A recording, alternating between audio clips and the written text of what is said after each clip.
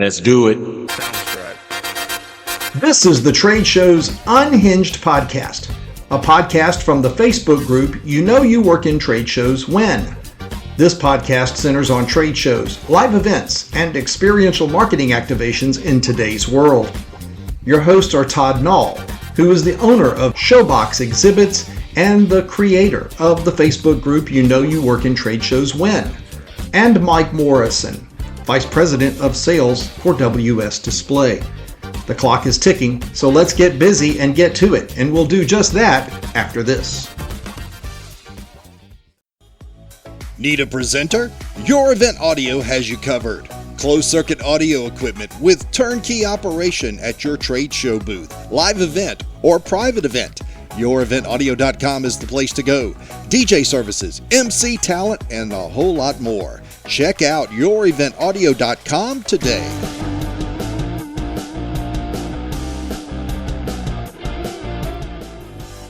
Well, guess what, boys and girls? It is once again for the second time in 2024, Friday the 13th of December this time, and it's our final version of 2024 for our podcast known as Trade Shows Unhinged, here on the Facebook group You Know You Work in Trade Shows When. I'm Mike Morrison, the VP of Sales at WS Display and co-host and somewhat of the engineer driver of this bus. That's headed right into smack into a wall, rather. You could tell I'm still struggling. We'll talk about that from last week. Todd and Mike is the owner of Showbox Exhibits in Houston, Texas, also the creator and owner of the group, co-host of the show as well. Man, I could just tell by the way we were trying to schedule this get-together that you and I could have to do the recording for the show. We're a day early on the 12th of December, that you're busy as hell. I'm busy as hell. We're all hellaciously busy, right? CES is like 3 weeks out, so there's no sleeping right now at this point. Yeah, we'll talk about 4 other shows that are right behind that in part of this show, but it's a little crazy right now. If you were one of our listeners who were in attendance last week in Indian Wells, California for the Experiential Designers and Producers Association, you know that there was a lot of things going on for that yearly event. They celebrated their 70th anniversary of that event. Happened and started in 1954. I wasn't even thought of. Wait, I thought you were at the first one. Yeah, well, I wasn't even thought of, and wasn't even, they have that phrase, it wasn't even an itch in my daddy's pants at that point. But yeah, I may have to scratch that one. I don't know. I'll pray about whether or not to scratch that one from the show or not, but because this is Unhinged, right? I mean, this is what we do. Yeah. But started in 54. We celebrated the 70th anniversary last week. It was crazy. It was a record-setting attendance event, rather. We usually average between 300 310. This was 350 plus showed up in California, and it's growing every year. And there was a significant amount of heavy emphasis on several areas that you and I talked about off mic a minute ago. Experiential activations, that's huge. Heavy emphasis on the future business leaders sector and the young workforce. And I think that's important. We'll talk about that in a second. But also a lot of education. And unfortunately, Todd, for the first time in 62 years now, I lost my voice completely while I was there, which was probably to someone's prayers were answered. I was going to say, some people were like, all right. Yep, they took advantage of that. I don't know who had the voodoo doll that had the pins that they were sticking in me, but they were very successful. Whoever it is, I need to profusely apologize for whatever I did. As you can tell, it's a little strained voice now. It's coming back. It's about 70%. But it was a heck of an event, Todd. And I know you and I were interestingly talking off mic about this experiential aspect. We did away with exhibits for the first time in this 70-year period. Really, I've been at 24 years there, and there was no specific show hall, if you will, a mini show hall was not existent there. You either sponsored a networking opportunity, which a display may or may not have been a part of, but basically it was all about sponsorships and activations. And it's an interesting trend that's going down this future of our industry. And I think you had an interesting look at this from your perspective. You want to glean on that a little bit? Well, yeah, most of 2024, we're seeing more activations within the booth space, and so I didn't go to the EDPA, but if that's what they're saying, I totally see it as well, and I don't see it going away. It's very successful. I mean, you bring a lot of people to the booth space, so we are, as a company, are going to push that more in 25. But interesting enough, you did make a big point there about, I don't know if you remember saying it, but focus on expenditure and budget. That has to be thought out, right? Right. You can't do ready, fire, aim and expect to have a successful experiential aspect to your booth. And it's happened. I did it myself earlier this year. And you have to really plan and think out, okay, I'm going to do an activation. What does that look like? And what does that ROI look like? What does the front end expenditure look like? And how does it pay back at the end? It's an interesting thought. Yeah, I don't see, obviously you need your booth space to even have an activation, right? So that's one. But I believe that most of these clients have budgets, buckets of money, buckets for the exhibit, buckets for giveaways, things like that. Let's take that giveaway and turn it into an activation, as opposed to just handing things out to people they think might be, a buyer down the line. So you think swag may take a hit? I think swag. No, I think swag is not going to take a hit. I think swag is going to remain, but you're going to get people lining up for whatever you're doing. That's the point. Get people lined up in your booth space, around the booth space. It's been going on forever, but I see more and more of it now. Maybe in first of 25 on our next show, we should bring in an experiential expert to talk about, what does that look like for 2025? Because the attendees are demanding it. Right. They are asking for that experience. They want to remember you and your products and services. And based on that experience, my example was at EDPA. WS sponsored what's known as the President's Gala After Party. It's where everything cuts loose, right? And for us, I DJ'd it, or at least I mechanically DJ'd it. I had a stand-in voice because I couldn't speak, helped me get through it. But what we did is we had a karaoke element that was an experiential portion. We gave away a golden microphone. Congratulations to Cheryl Queen at Queen Exhibits for winning that. Tremendous voice. But we had 2.5 hours full of back-to-back karaoke in that night that people remembered and just cut loose and had a great time. That's an experience that will tie WS Display with that event and those attendees. So I think you have to really find your magic button that's going to make that happen, because let's face it, if you don't pick a good one, it could backfire on you, right? Absolutely. Also, the booth workers, the staff need to understand that there's some work involved. There's more work involved in an activation than there is standing around trying to loop, grab people and hook them into the stand, right? So there's going to be more effort on your exhibit staff. So what do you think, attendees and listeners of the show? Trade shows unhinged at gmail.com. We'll put that up at the end of the show so it reminds you where you can send in your thoughts about this trend and where it's going. Let's keep going. One of the big points that happens at EDPA is usually a firm comes in that gives you forecast from an economic standpoint. Let's face it, it's all about pictures of dead presidents at the end of the day, right? So what does the economy outlook for 2025 and beyond? And there was a couple of shots that I took on the presentation bullet points, and I'll share them here. Expect interest rates to ease and lower through at least the early part of 2025. So apparently we're going to see hopefully some more cuts to the interest rates as we move forward. And if that happens, you want to make sure you jump on lower rates if you intend to leverage the future. I like that phrase, leveraging the future. if you really believe that the future is going to be bright, you're wearing shades, you better leverage on it and take advantage of investing in that. A couple of other points: build out an inflation strategy. Apparently, inflation is still going to be at the forefront of at least the early part of 2025, if not through the entire year. Margin pressures mean having an effective cost management plan and inflation savvy plans are imperative, as we just said. I like this one. Be USA centric in your thinking regarding of the future. Be USA centric mindset in your thinking regarding the future. Digitize and use AI.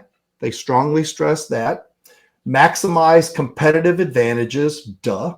I think we all should be doing that. That's new. That's new, right? Think about expanding the asset classes you are invested in and plan to pivot hard between 2028 and 2032. Remember that frame, 2028 and 2032. That is when the expected next recession should occur. That's where it's for these forecasters are saying. So, and then finally, there are good opportunities for organic growth between 2025 and 2026. So those were some major bullet points about the economy. Anything there strike you of interest? I mean, predicting when the next recession, really? They've been saying that now for the last 3 or 4 years. And, it's going to be a soft one. It's going to be none at all. It's coming hard. It depends on who wins the election. Yeah. Right. I find that odd that you would even have that as a bullet point. But I definitely see that now that the dust is settling with the election results, people are starting to think about the future again. And, as far as we're concerned, the first quarter is maybe even the first 6 months of 25 is we're completely at capacity. Wow. We're expanding our physical space. So it looks good on our end. It looks good in our clients' eyes. So yeah, that's what I'm looking at. Yep. I have to believe that, there was a lot of skepticism leading up to the 1st of November, because the way the media was pushing that noise about where we're probably going to go versus where we most likely will go played out, and it's now done. And everybody knows what the playbook looks like going into the 20th of January of 2025.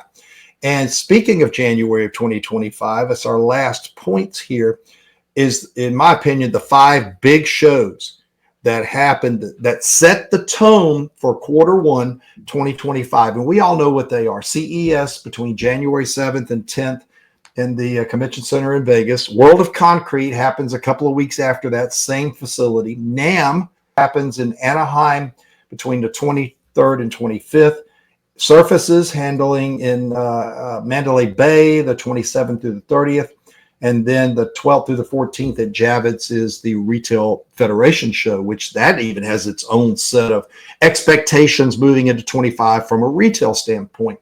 If those 5 kick off, Todd, and they do what they're doing, and early, in my case, early display ordering that's happening right now, which is at a peak for us. Yeah. Normally we hit a dive in December, and we're leveling and going up. I have an idea on why they're doing that. Why's that? I think, and we're doing the same thing. We're placing big inventory orders now that may not be from this country.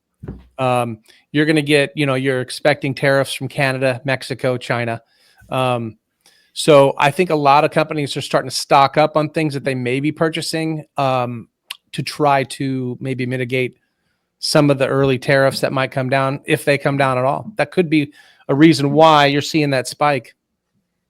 Not only that, but off mic, we mentioned a reminder that and ESCA just put out another bulletin about this, is that longshoreman strike possibility that could happen in January 15th of 2025 if it's not settled. Right now, if you remember, there's a Band-Aid on that situation. There's a 62%, I believe, pay increase, but there was no discussion of where AI was going. And right now, folks, AI is not going anywhere. Right. You need to hug on to that and get used to it. If you're old school, I'm sorry, but that's not going anywhere. And you need to leverage that and learn it and take advantage of it. I'm constantly telling my staff that, because it's here to stay, whether you like it or not. Yeah. And it's going to take jobs. It's, can you learn to live with that and accentuate it to help your job? Yeah.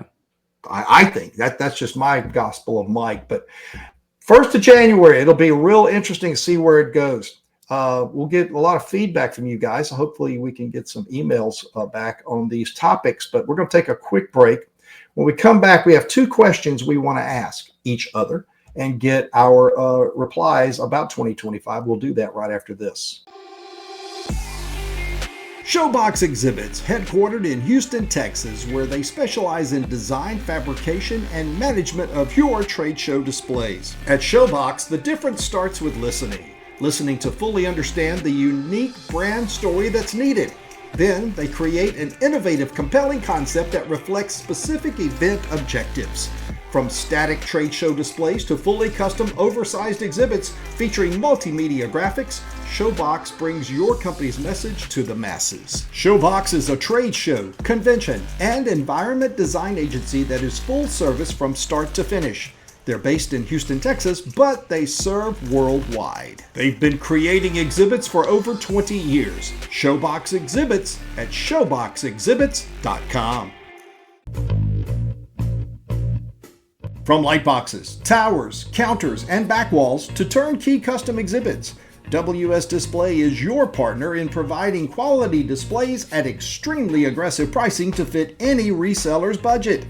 Make more profit by teaming up with WS. With a team of experts to assist with estimates, renderings, and CAD, to fulfillment, setup, and test fitting, quality photo proofs, and complete project handling from our East Coast, West Coast, and Pacific fulfillment facilities. We can be your partner today. Hit me up at mike@wsdisplay.com for more information. So as we said, 2025 is going to be a very interesting year after an election, of course. Everything's changing now. We're seeing some things play out, Todd, politically, but everything I've heard from and Tommy Goodwin from the advocacy side of our industry kind of laid this out in a recent show and interview that you may remember. If federal things happen to kind of, in the mindset of the conservative side, straighten up some of the things that they didn't agree with in the past 4 years, I think what we will see, and it will affect our industry, because a lot of these towns, these cities, these municipalities, and even states are going to institute governance and laws and protocols that are going to go their way for sustainability and green thinking, for like Chicago, California, Illinois, California, New York, and some of these blue states are going to institute their own policies outside of what the federal government may do, since it's heavily conservative minded. So what are your thoughts on that? You conservative minded on the blue states? No, conservative minded at the Fed level. Oh, because right. The Senate, House, presidency is all red, but the states still govern themselves. And let's face it. Which they should. This president says that, right? Right. He's like, take it to the state. You deal with it. Right. No, I totally agree. I agree with that. Yeah. I mean, if you might find different regulations in the trade show industry because some states may change rules. But I mean, for the most part, I've said it before in this podcast, that the U.S. as a whole, the way we handle trade shows is pretty sustainable, because it all goes in and it all comes back out and gets reused. It's not a build and burn country. Where other countries besides us are very wasteful in that regard. So it's really, if they impose any more sustainability, I can't understand what it could be, but we can pivot. Food, where you reuse your food. I don't know. I have no idea. I do like the mindsets of those facilities who grow their food on top of the building and institute it in their food. I think that's pretty cool. California is pretty big on, I know Anaheim is huge with recyclability right there on the grounds. They have a footprint where they recycle everything pretty much. There's, nothing hits the landfill. Everything hits a recyclability point. So that is very doable and believable and supportive in my mind. Some things get a little out of whack, but hopefully they'll iron itself out in the future of these next 4 years. We will watch and see. But let's talk about that for a second. 2 questions. The first one, what does the future of trade shows look like for 2025? And if you talk to the experts, here's their answer. Businesses are embracing new designs in their displays and materials that prioritize personalization, sustainability, versatility, creativity, and functionality. A lot of alities there. Agree, disagree, or anything you'd like to add to that mindset? I don't think it's going to be a drastic change in 2025. I think it's going to be we're just going to gradually move into these changes. So is it going to be, an abrupt? No, I don't think so, because we're not, as a company, not really doing much differently heading out into the first quarter. Good point. I think there's subtle changes. You can't boil the ocean. I've heard that phrase before. You're not going to click a button. Yeah, there we go. It's tough to get old. I'm telling you, once you turn 62, man, the appendages do not function any longer. I think subtlety is the word. You'll see subtle changes. It'll be like a chameleon. It'll change with its. Okay, maybe that was a bad analogy. Things will go slow. Like me, I'm slow. But things will change, but not abruptly. That's my mindset. And then finally, what is your feeling overall, the world in 2025? There's a lot of things going on. China, of course, the world stage, a president who's coming in that the first time around did keep everybody in check, let's face it. And now this time is saying, here comes your daddy. This trade show's Unhinged, right? This is the unhinged part. Here comes your daddy. I'm gonna have to come in here and straighten the room out and get it right. And I really do, Todd, feel that that's A, needed, and B, most likely is going to happen to a degree. But then there's other aspects of 2025 in the future moving forward. What are your thoughts overall that I haven't mentioned? Yeah, I mean, first of all, Syria getting overthrown. How about that? Is that a good thing? Is that a bad thing? What's going to take it over? Is it going to be a worse regime? That's right. Let's see. Did we have anything to do with it? Who are we going to put in place? There's a lot of things going on in this world right now. And that being said, we're still doing shows worldwide. So I'm not seeing a slowdown in that regard either. So full steam ahead. Business travel. Yeah. I think that is at a max right now. I'm at a disadvantage here in Atlanta because Delta's terminal, the South Terminal, parking it's off. It is no parking there until 2026 because they're in the middle of rebuilding the garage. So you either have to park off-site and right now I'm Uber and Lyfting. Yeah. And boy, they are surging in price. So that is like almost double what I paid earlier this year before the airport shut it down. Pricing of travel is off the chain. But I think it's just one of those necessary evils that we're going to have. I'm learning to pack like you, though. I'm learning to learn to carry on. Carry on is not a bad thing. Except, did I tell you? I'll finish with this one for this week. Did you hear the story about my coming back on my most recent trip? I checked 2 bags of product.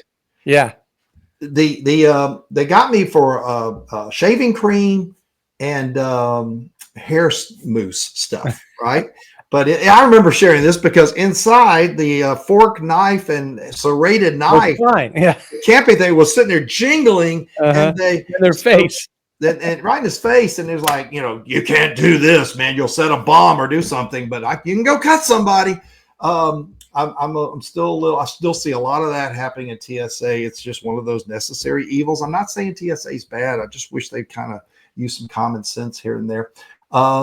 that'll be interesting to see what happens. 2025 is probably going to get worse as the increase of travel happens. I think other than that, yeah, it's just going to be busy as crap in 2025. That's my summary of our industry. Is that yours? Yeah, absolutely. We're just trying to get everything done. We're utilizing partners, even competitors with overflow work. And some of our competitors are like, man, we're busy too. So, it's a good thing. So, but we had said before, my overall median age has gone down. So we're younger than we have been in a while. Just some of the older folks in this industry have either retired or they didn't come back from COVID. So yeah, we're a younger company now. You had to throw that one in there, didn't you? Yeah, as I turned 62 this week. But look at you, you're still around. Can't get rid of you. That's what they say about fungus too on the butt. And roaches. So here's the roach host of the show is going to call this one off. Thanks for listening for 2024. We're going to try to do better in 2025. Hope you have a great holiday, and we'll see you in January.